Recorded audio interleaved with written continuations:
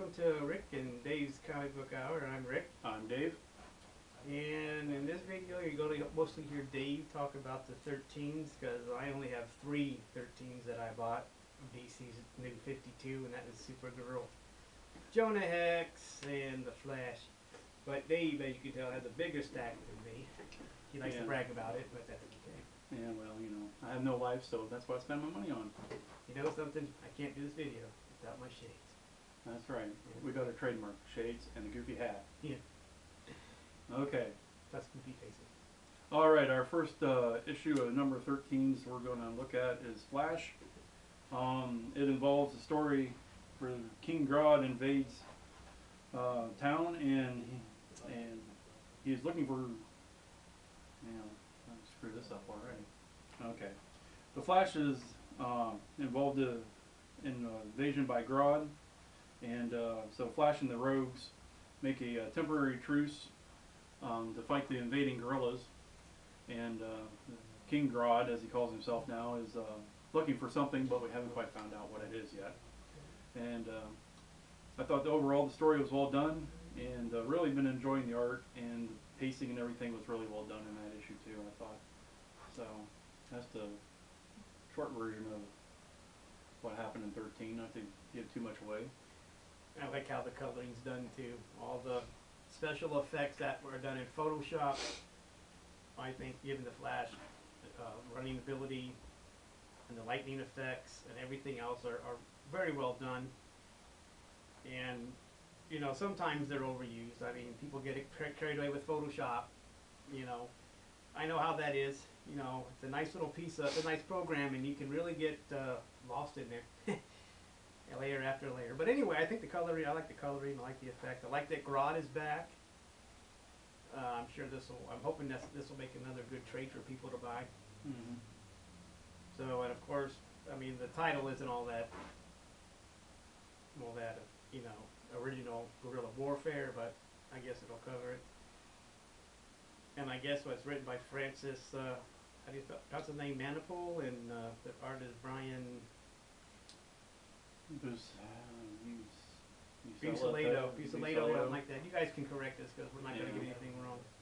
Yeah. We're not linguists or anything like that. Yeah, I've got a lot of these. I don't know if he's from out of the country or not, but I know they do that. But his work is good. So. Yes, very good. His layouts are pretty neat, kind of unique, and I like the way he incorporates a lot of story titles right in the first splash pages and stuff, and that sort of thing. So that's pretty cool. The next title. So I guess we'll have to recommend this one. I mean, if you're not, this is one of the few 52s that you can probably actually get into. Yeah, it's one of the best ones I think that they've done so far. So the next title is Teen Titans. This one's pretty cool. This is where we learn about Wonder Girl's origin. In this version, she has magical armor that gives her all her superpowers. And of course, there's an old boyfriend that stole the armor, I think, last issue, and of course he can't control it like she can, and of course the armor is some sort of curse too, and all this other stuff. So she needs to get it back. I've been really enjoying the Teen Titans. One of the better books. I've been picking it up mostly because I like the Red Robin character, but the other characters, the Wonder Girl and Superboy and so forth, are pretty good. It's one of the few books I actually look forward to getting every month, so I've really been enjoying that one. Next one I've done is Superman, and this is a prelude to Hell on Earth story, which we'll be running through all the Superman titles, Superboy and Supergirl, here for the next couple months. This go around we learned that Superman can lift 5.927 metric tons for 5 days straight, and that they say at the beginning of the issue is what the Earth would weigh if you could weigh it. Now this is just a ploy done, trying to tilt that Superman is stronger than Hulk. That's all this is. I mean, that's its sole purpose.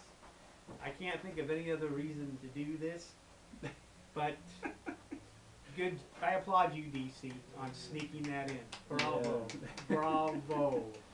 Yeah, so he spends a week at a place called a lab called the Block, which is somewhere buried under the earth.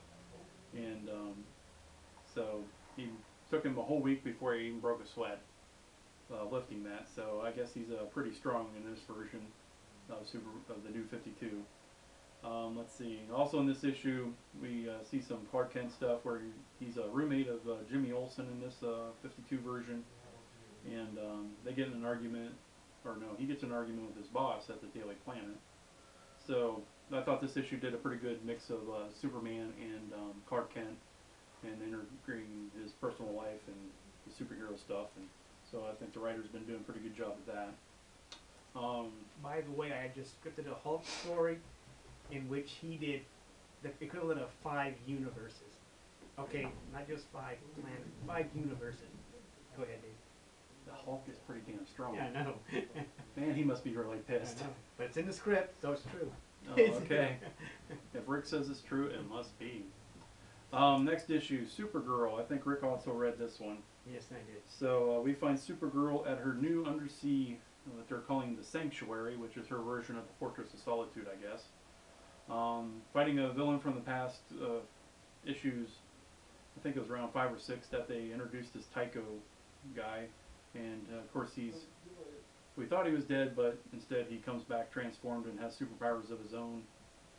And Kara learns more about what happened to how she got to Earth and how her father arranged to help her when she got there.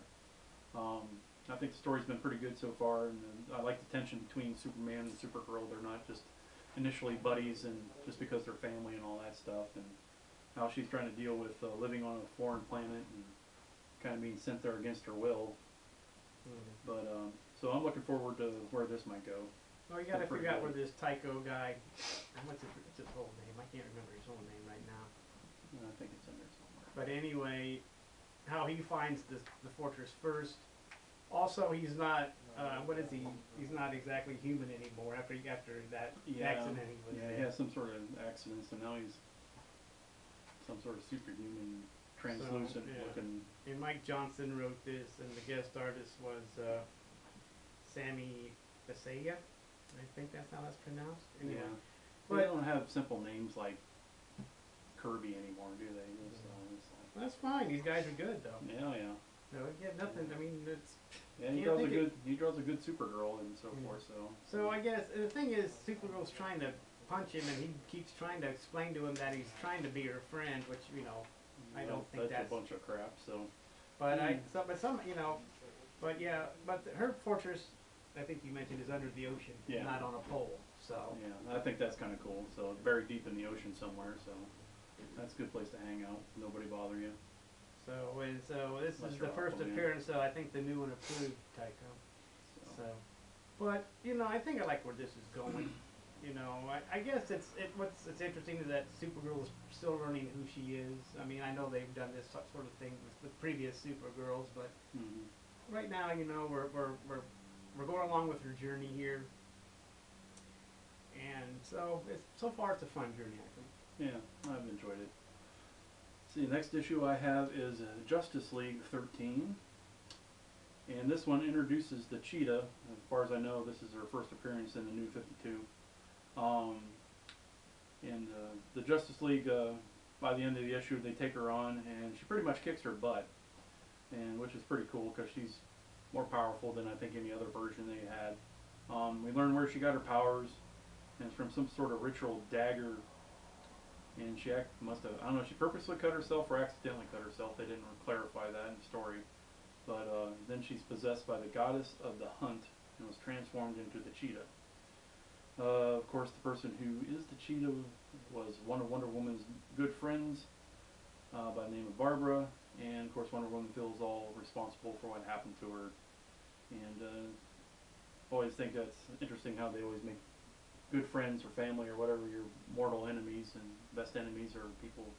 Someday Rick and he'll be Dr. Doom and I'll be, or maybe I'll be Dr. Doom and he'll be, the superhero. Based on the absent-minded professors. Well, yeah. So if he's the bad guy and he's the absent-minded professor, I probably got a 1. But anyhow, let's see what else did I put in here. Plus there are many. Oh yes, then they had the kiss here an issue or so ago. So there's some stuff going on between Superman and Wonder Woman. So they talked about that a little bit more. Are they exploring that relationship as a couple? I think they might look in that way. So might actually in the 52 version get a Superman Wonder Woman couple going on out of this. So if there's an unexplained Richter scale of a 9.0, you know what that is. Yeah, especially if the guy can lift the Earth for a week. Imagine what he can. Wow. Anyhow, back Let's up. say Wonder Woman's lucky. Let's see. The backup story involves Steve Trevor, former liaison to the Justice League, and him and Oliver Queen have a talk. And Amanda Walters is part of that, and I find it interesting that they've downsized Amanda tremendously, and she's kind of hot now. So it's not just a fat chick running around telling super guys what to do. It's a skinny girl. So anyway, I don't know if that was politically correct to say, but you know what I get. Next issue I've read. We're not in that demographic for Yeah. political correct. Okay, we don't have to be too PC on this, so anybody's offended, too bad. I think we got the grandfather clause. Yeah, because you got two chubby guys sitting here telling you about comics, so there you go. Anyway, issue 13 of Green Lantern. This goes more into the life of Simon Baz. Is that how you say that? Anyway, and all the ramifications that's happened to him and his loved ones since the Ring chose him in the Zero issue. And they talk more about the Third Army, which to me seems like a bunch of zombies type of thing. And the Justice League, of course, shows up at the end. This issue is okay. They could have tightened it up a little bit. There's some parts that I thought could have put in one page instead of three, but and I wasn't too keen on the artist on this issue either. So that's my opinion on that one. Who was the artist? Oh, I don't know. Doug Mankey, I think that's how you pronounce that. But I didn't really care for his stuff. But anyway, that's just me. Next one is Batgirl. This is part of the prelude. This is a prelude to the death of the family, and it starts off with a fight that was started last issue, continues on, and we learn more about the character Nightfall, and see how Batgirl survives another fight that she should be losing. Most of these people she's taking on are better fighters and stronger than she is, and she somehow manages to at least, outsmart them a little bit. So, and then it ends with some deja vu with the bad guys showing up at her apartment. I really like this title, and so far it's been pretty good. The artist, Ed Benes, is one of the best, I think, out there. I really enjoy his art. He draws really good characters, and action and page sequencing and layouts and everything are really good, and I really enjoy those. And the last one I got is Action Comics 13. And this story involves more telling about the Phantom Zone, and a place where Superman's it's a place that Superman's dad created to put all the Kryptonian prisoners in so they wouldn't have to suffer the death penalty. They just put them in some place where they can't do anything. This one manages to get now I'm lost where I'm at. Okay, take. Action Comics 13. Story involves Phantom Zone, a place that Superman dad comes up with to put Kryptonian prisoners. To get to get out. I can't read my own writing. So Superman has to put him back. Oh, I don't know. I'm screwing this one all up. Okay. Take 3. Dave's going to review Action Comics 13. Now it's the return of the If Phantom I can't King. read my writing. It's the return of the Phantom King, and what I understand is that Jor-El has that's the prison that he's made Yes. for the bad guys. Yeah, Superman's dad Jor-El came up with this prison, and of course one of them manages to get out.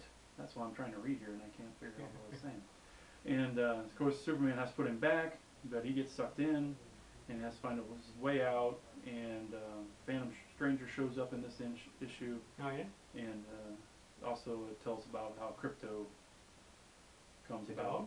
Yep, they introduce crypto and give a plausible reason how crypto comes to the New 52. Well, wasn't he in the spacecraft as a little puppy? And then Well, they no, find him not out. really. Gotta read the issue and find out, dude. And Rick has. The only 13 I have that Dave doesn't have is Jonah Hex. And I know it's a little late before I get to 13, but 0 of Jonah Hex was really good. It went over the origin of Jonah Hex. And, you know, I don't know that much about Jonah Hex's past. Is that the first time they've ever delved into his origin like that, or has it been done before? If someone could let me know that, that'd be kind of cool. But anyway, here's number 13. And it's Forward Haley's Circus. And it's about a killer clown, we think. And of course, there's a circus in town, there's some murders going on.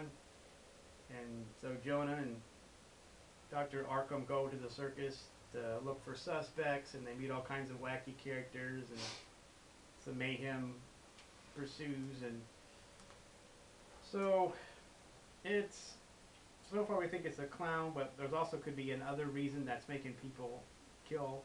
Maybe something to do with some fire water or some of that medicine that was sold back in the day that had all kinds of goodies like cocaine and opium in them. Stuff you can't get anymore. You know, the good stuff you just can't get your hands on anymore. Not in liquid form, anyway. No. Well, I guess maybe it does, but Well, not the drinking yeah. kind. But anyway, so they think. So I'm thinking that that's behind people that drink this and they go a little psycho and maybe start killing people. And so I think the art's pretty good. The story's pretty good. There's a backup story of the Tomahawk. I couldn't read it really. I couldn't get into it. I tried to read it, and so I passed on it. So maybe someone else will like it, but for me, I'd rather have them take out the Tomahawk and make a full book out of the Jonah Hex storyline here. But number 13 is a good story. So, you know, you get 0, or you don't get 0, but it's number 13. But you know, I know if you don't like, I mean, I know everybody likes superhero comics, but it's not a bad Western, and you know, so I recommend it. But like I said, that's only 13 that I've gotten so far. I know I'm behind in my getting purchases, but that's where I'm at on that. All right. I think that wraps up what we have for issues 13. Hope you enjoyed it, learned a little something. We'll catch you next time. Thanks for watching. Bye.